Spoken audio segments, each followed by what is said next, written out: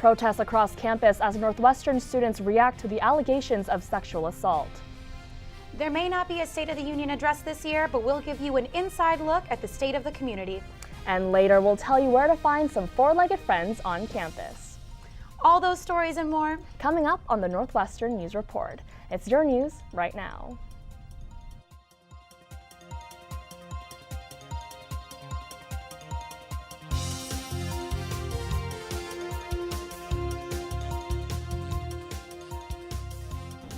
I went to the police 3 days later and I reported. And they told me I would get justice. They told me they would do something about it. It's 7 months later. The file is still sitting in the DA's office. They haven't even looked at it.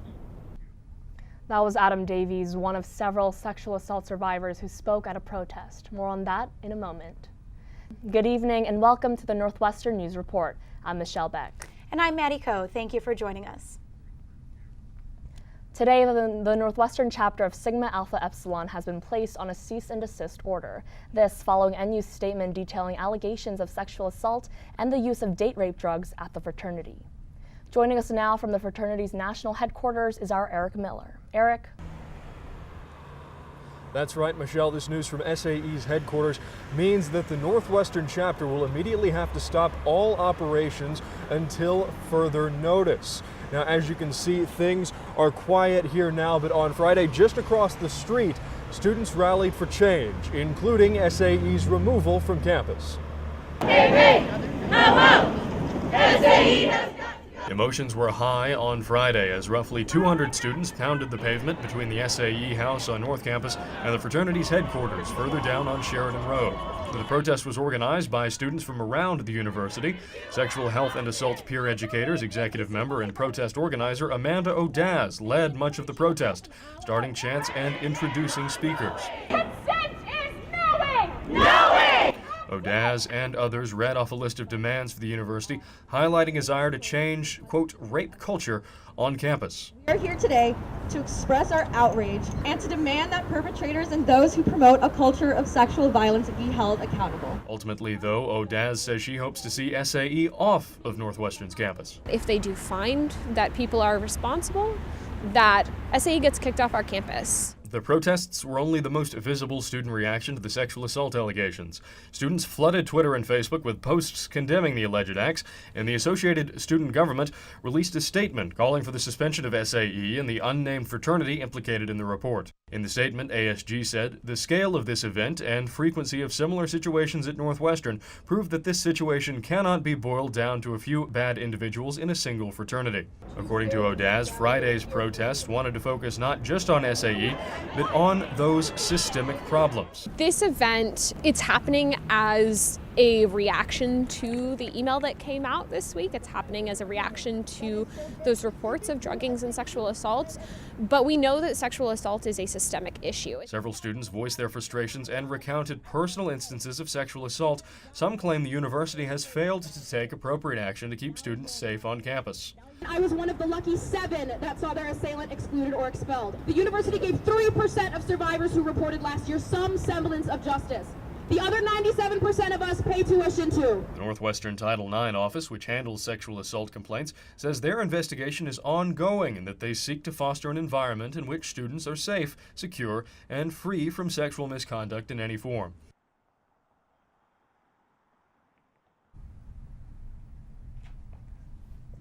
SAE, both the national headquarters and the Northwestern chapter, declined our repeated requests for comments.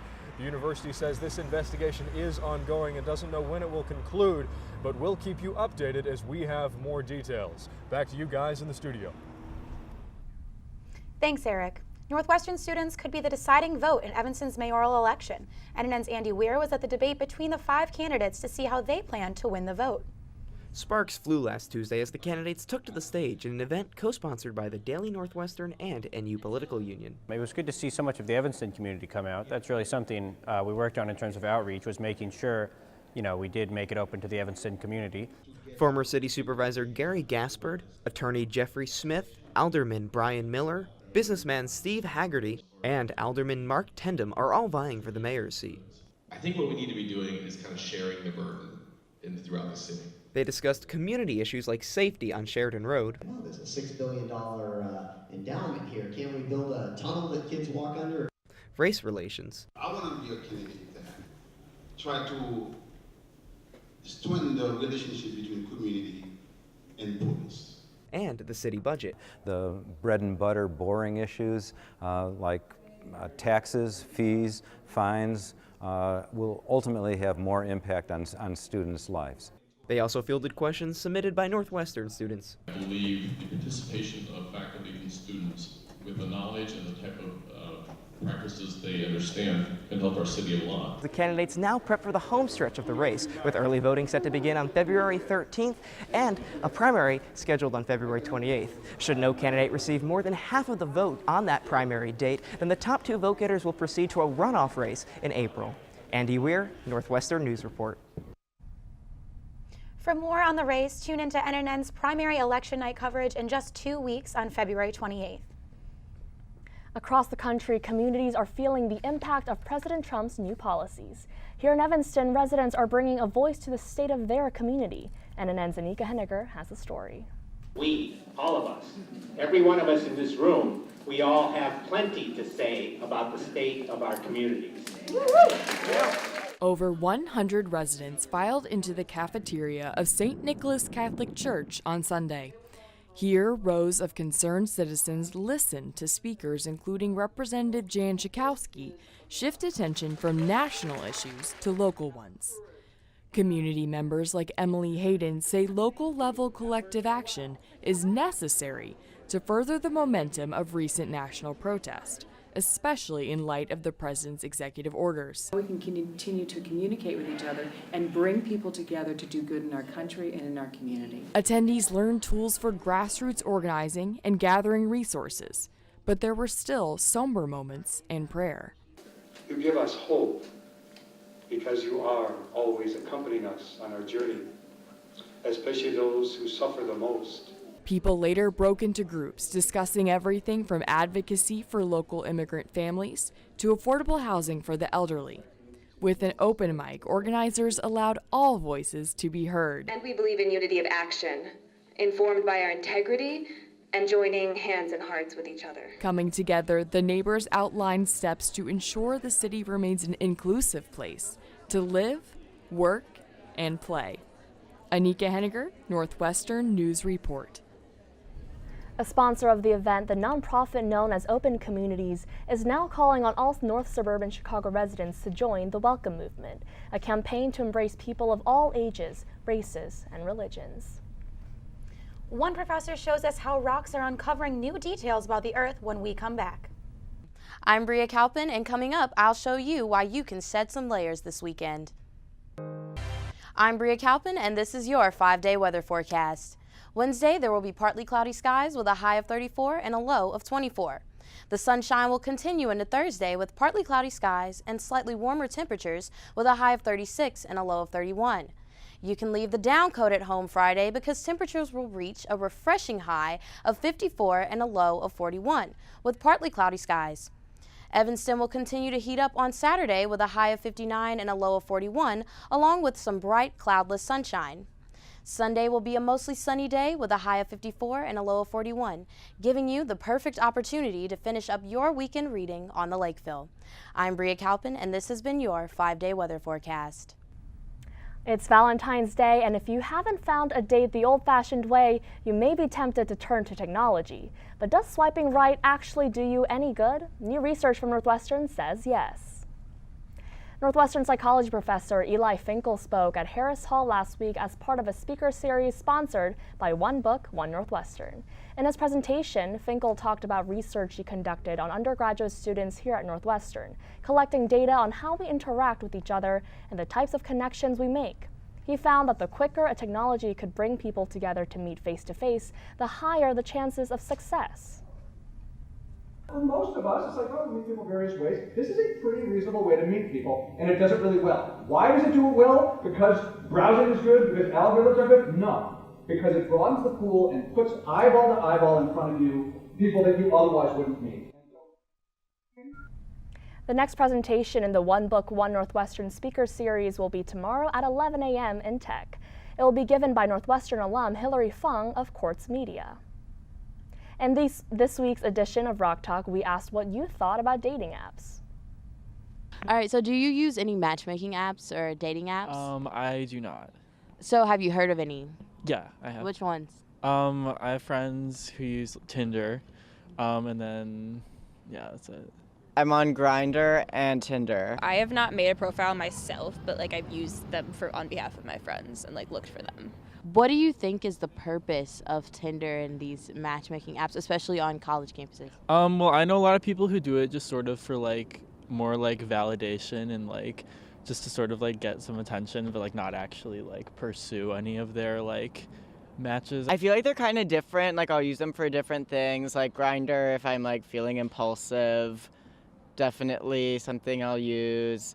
Tinder is more like you can meet friends on it and like more like flirtatious, I guess. Tinder's like a little silly. What do you think are the chances that you'll meet like your Prince Charming on a matchmaking app? No, I don't think so. I think it's mostly just for like meeting people, like hookups, honestly. But like it's definitely fun. If you have an idea for a future Rock Talk topic, tweet at us at @NNN_news. Now turning to a different kind of rock talk, scientists at Northwestern are using rocks to learn more about the environment. NNN Tech reporter Andrew Merica has more. Thanks, Maddie. The conversation about climate change usually focuses on the future, but some scientists at Northwestern are more interested in the past. They're looking at warming that happened millions of years ago, and what they're finding is surprising. This device really, it's frightening.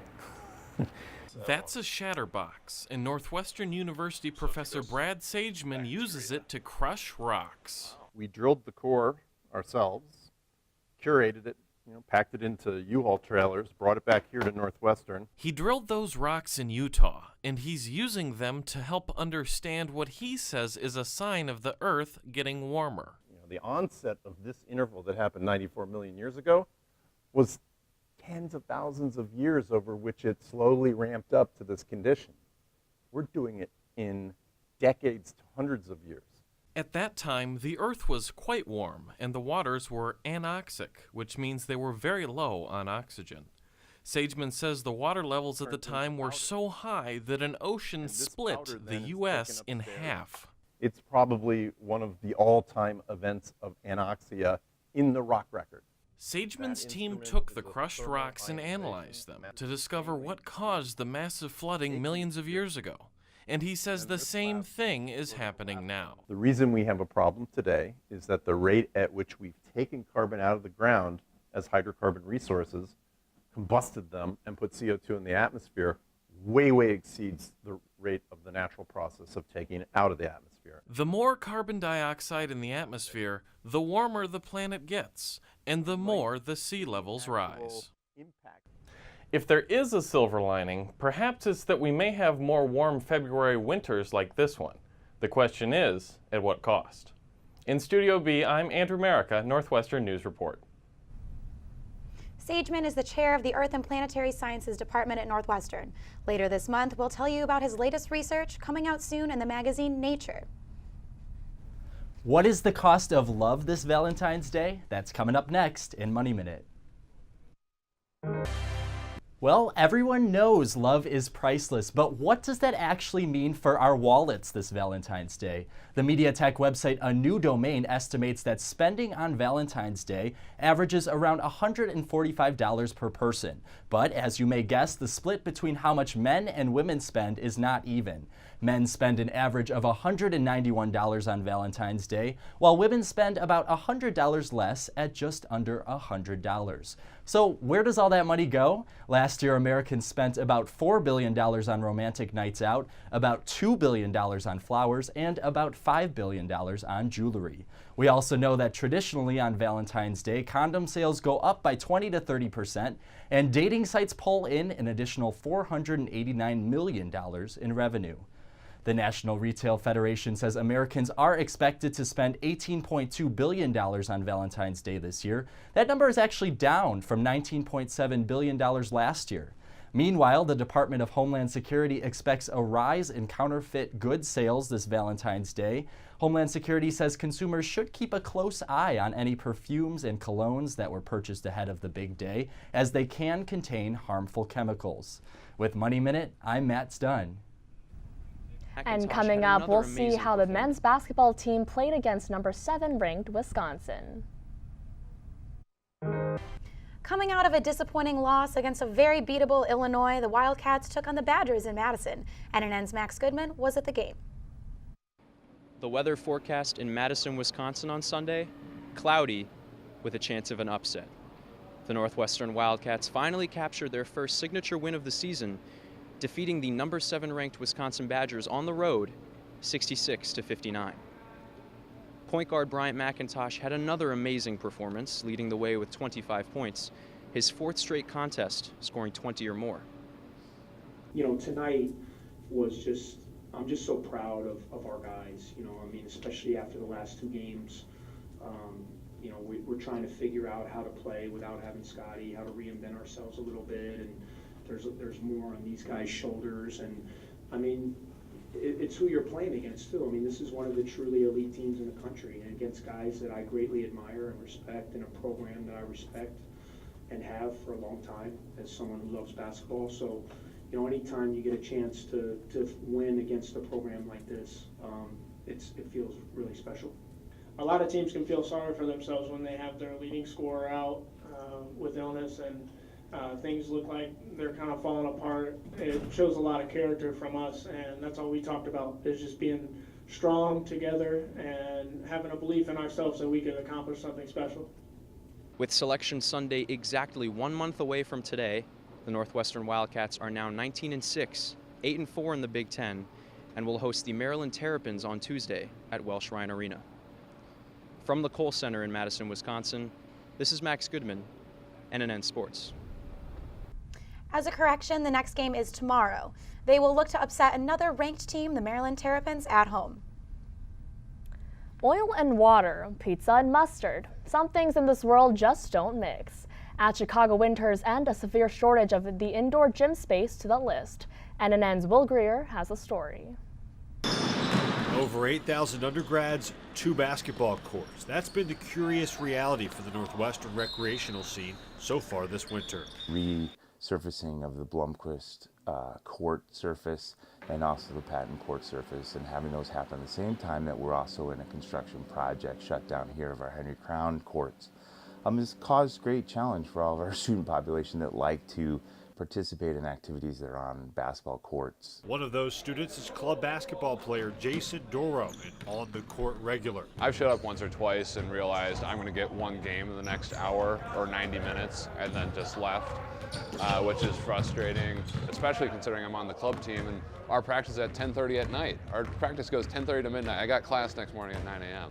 Although there's been a lack of court space this winter, Parcells optimistic the new courts at Patton are going to make a splash. As we move forward now, as these projects are starting to come back up online, I anticipate the courts themselves being a lot nicer and better surfaces to play on. But intramural sports director Ryan Coleman understands NU students' frustrations. I think they're probably a little discouraged a little bit that, you know, at one point a year ago we had 3 gyms for recreation, 8 basketball courts, and at one point we had 0.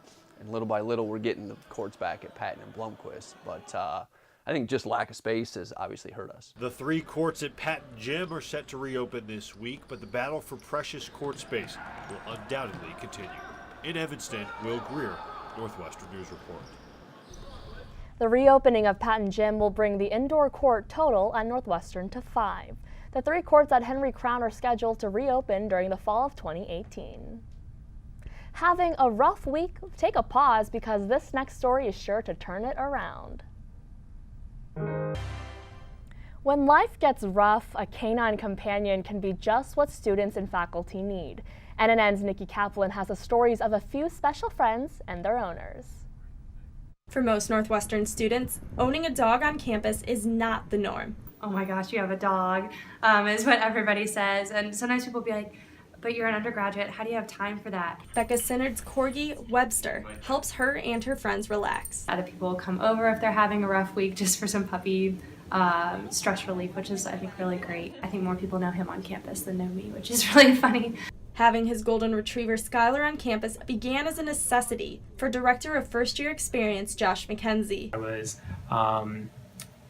co-instructing a course in our graduate program on Tuesday nights, and so it got a little bit hard to head all the way back home to Chicago. Mackenzie's dog Skylar even enjoyed some short-lived fame from a photo that made the rounds on social media. This guy on Instagram, who is known for memes, grabbed it and turned her into a meme that became pretty famous for a little bit. Judy Pedersen, faculty director at Kappa Alpha Theta, says her Maltese Duchess was part of a package deal for the sorority's members. She says Duchess helps make Theta a home away from home. Many of them have pets, and it's kind of a comfort, for them when they're going through, crazy times or busy times or academic, stress. The dogs of Northwestern continue to help foster a fun community for hardworking students. Nikki Kaplan, Northwestern News Report.